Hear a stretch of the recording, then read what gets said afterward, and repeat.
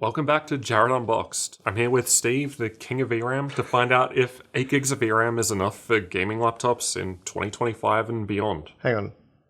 Laptops. Like this sort of thing.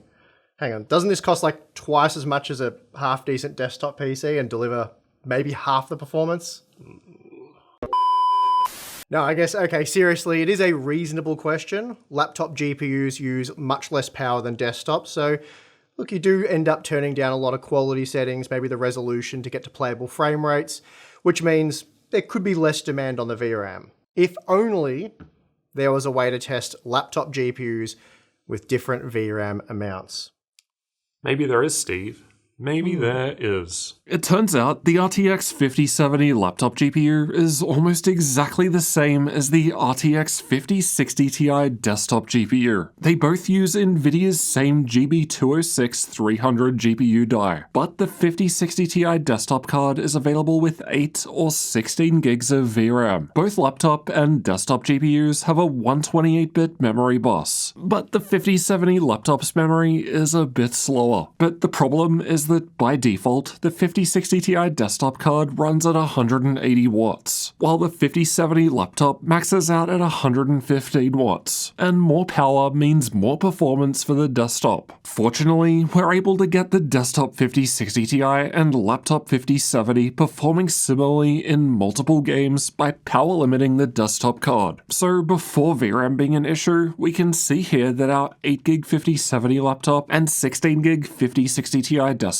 card are very similar. In other words, our 5060 Ti desktop is simulating a 5070 laptop, but with double the VRAM. The 16GB GPU often shows us having more GPU power, but this is as far as we could lower it, and ultimately, the raw FPS in games was very close between them, which is more important for this comparison. Alright, it's a rough start for the laptop's 8GB of VRAM in Spider-Man 2. With the very high setting preset, the desktop was able to get us well over double the frame rate of the laptop. Again, keep in mind that our desktop is simulating laptop performance, just with double the VRAM, so this clearly shows us that the game could perform significantly better if only more VRAM were available. The 8GB GPU should run at 100 to 115 watts normally, but the VRAM bottleneck means it's struggling to use 70 watts. Now, if we lower the setting preset down to high, the frame rates from the 8GB GPU were much better. The 16GB GPU was still ahead, and using around 10 gigs of VRAM, but it's not as if the laptop is unusable. It's just that the laptop could have been even better with more VRAM. Frame generation doesn't really help the 8GB config. It's actually performing worse with FrameGen enabled, as this feature requires more VRAM to work. I don't know, it's kind of funny to me when Nvidia's killer feature they're promoting with 50 series is FrameGen, and then in some cases like this, it makes things worse. Just for fun, if we max out settings to very high and set ray tracing to high, the 16GB GPU is still able to run around 60 FPS. Even the 1% lows coming out of the 16GB GPU were better than the 8GB GPU's average FPS. This just goes to show what we could have had from the RTX 5070 laptop GPU. If it just had more VRAM, it would be a much better experience. Just to quickly compare, the next level up 5070 Ti laptop GPU with 12 gigs of VRAM runs way better than the 8GB 5070 laptop GPU. Of course, some of that is due to the 5070 Ti being a more powerful GPU, but most of the difference is due to the VRAM. Horizon Forbidden West was running much more smoothly on the 16GB GPU at very high settings, where even its 1% lows were close to the average FPS coming out of the 8GB GPU. That was with DLSS on quality, but DLSS balanced is still a struggle on the 8GB GPU, despite this lowering the native render resolution, and by extension, the VRAM demands. If we lower settings down to high and use some frame generation, the 8GB GPU isn't too bad, but there are still more obvious spikes in the frame time graph, whereas the 16GB GPU's is basically a smooth straight line, meaning it's a more consistent experience. If we then lower settings down to medium, the average FPS is quite similar on both 8 and 16GB configurations. But that's quite a graphical downgrade upgrade and wouldn't have otherwise been needed had the laptop had more VRAM. We also tested Horizon Zero Dawn Remastered with the game's built-in benchmark, which is a nice easy way for you to replicate our results. The 16GB GPU was almost reaching double the average FPS compared to the 8GB GPU, with a 3 times as high 1% low result. The laptop is also using more RAM here, as that's the fallback when VRAM runs out. Indiana Jones and the Great Circle was a fun one. It's well documented that this game needs more than 8GB of VRAM to run well, and at high settings, the 16GB GPU was running more than twice as fast in average FPS and 1% lows, despite also having higher textures set, which will look better. But it gets worse. The 16GB GPU can happily run the highest Supreme setting preset with textures on Supreme too, but the 8GB GPU completely chokes on Supreme settings even with textures on low. The 115W laptop GPU is running at less than the minimum 50W power limit Nvidia specify for the GPU because it's VRAM bottlenecked. You might be thinking it's unfair to expect max settings on a laptop, but the 16GB GPU results clearly show what the laptop could have been capable of had it only had more VRAM. The frame rates from the 16GB GPU are high enough to make use of frame generation, so we can juice that up more at max settings while the laptop still struggles with low textures, which just won't look as good. Ratchet and Clank wasn't too bad on the 8GB GPU at very high settings with DLSS on balance.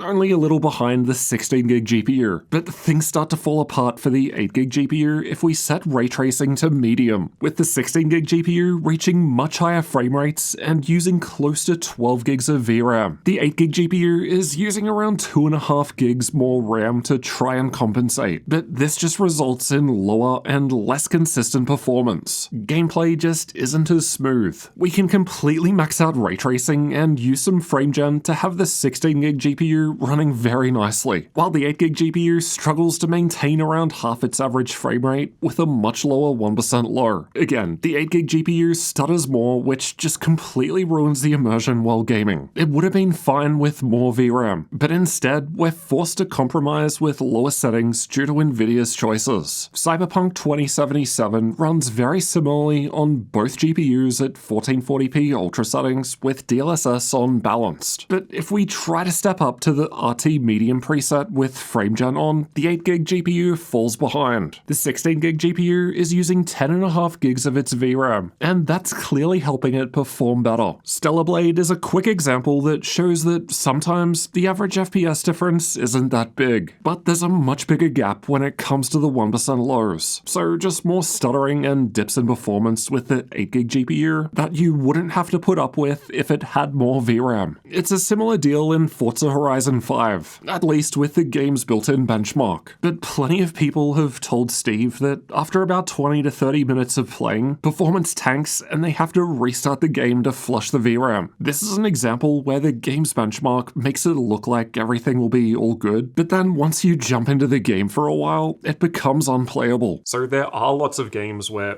8GB of VRAM is perfectly fine at the moment, maybe even in the majority of games. Yeah, absolutely. Then there are more games where 8GB of VRAM is still kind of usable, but more VRAM would have boosted performance a bit further. And then there are games that are just completely broken on 8GB of VRAM that would have worked perfectly fine otherwise had there been more VRAM available. So what's the solution? Well, more VRAM. So I think at the end of the day, Nvidia just needs to give their GPUs more VRAM. That's really, as it is now, it's an unnecessary bottleneck and it could easily be fixed. But until that happens, I think right now there are only two real options for people buying laptops. The first step, unfortunately, is just to bite the bullet and spend more money. So Nvidia probably views that as an easy fix on your end. Just buy a laptop with more VRAM. And right now, the next step up would be the RTX 5070 Ti. Jarrod has reliably informed me that that has 12GB of VRAM, so less than the 16 on the desktop, so it's kind of like an RTX 5070. But that would be, the next stop to somewhat resolve or solve the limited VRAM, because 12GB is enough for gaming now in most instances, though I'm sure you'll start to eat that up in the not too distant future. Yeah, there were some games where we were already on the borderline of 12GB. Unfortunately, not everyone has RTX 5070 Ti money though. More money just isn't always a possibility for everyone. If you're considering a gaming laptop with 5070 graphics, we're not saying don't buy this thing. We're just saying you have to be aware of what it's capable of and expect to turn down settings and maybe even resolution in some modern games. And that's just sad because we've seen what the 5070 laptop GPU could have done had it just had extra VRAM available. In some cases, we're talking more than double the performance with better visual quality just from that extra VRAM. And what I think is more concerning with this problem is that it's really only going to get worse over time with newer games. Presumably you'll be keeping this thing, like I say, with the desktop GPUs all the time for years to come. So it's a big investment on this side. And at least on the desktop side of things, you can just pull the graphics card out and put another one in. Still a big problem, but it's somewhat solvable.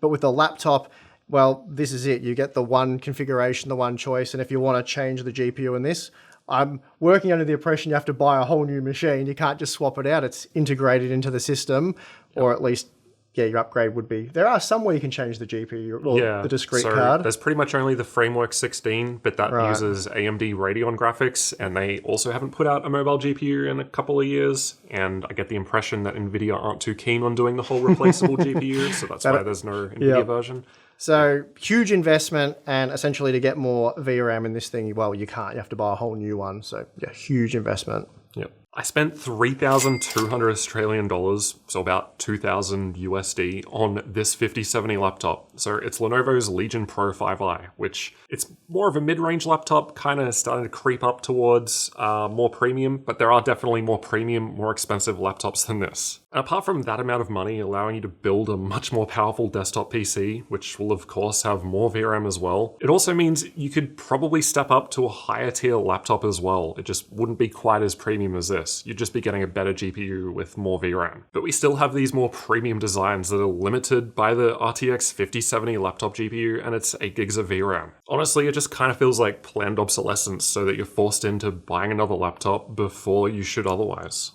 And the fact that Nvidia's new RTX 5050 laptop GPU also has 8 gigs of VRAM kind of signals that they're well aware that that's the minimum for gaming. I mean, the 5050 laptop GPU is their new entry into the laptop space. So if that's got 8 gigs of VRAM, and so does the 5060 and this 5070, then yeah, clearly 8 gig is the minimum, and this should just have more. Far more expensive laptops having just 8 gigs of VRAM like this is just honestly embarrassing. Nvidia's 70 class of laptop GPUs have come with 8 gigs of VRAM for the last 9 years now, going back to the GTX 1070. So nothing has changed over that time in regards to VRAM capacity. So after this testing, it feels like the RTX 5070 laptop GPU is more like a 1080p capable option. But even that might be kind of generous, considering we tested this thing with DLSS on balanced and quality, which sets the render resolution below 1080p already. And a lot of modern gaming laptops come with 2560 by 1600 panels like this one. And you could lower the resolution to 1920 by 1200, but games just aren't going to look as crisp, and that problem gets even worse once you start getting laptops with even bigger screens. So as I see it, either way, you're making a compromise here thanks to Nvidia. You're either compromising by spending more money to get a more expensive laptop with a higher end GPU that hopefully has more VRAM, or you're compromising by having to run the games really not as well as they could, as we've seen here, or really even look as good as they should. Huge thanks to Steve for helping me out with all this VRAM testing. Definitely check out VRAM Unboxed. I mean, Hardware Unboxed, if you want to see more VRAM content. You're welcome. And if you've decided that more VRAM is something that you would benefit from in your next gaming laptop, then check out the next video where I've compared the 5070 Ti against the 5080. So 12 gigs versus 16 gigs. Definitely performs a bit better than this one.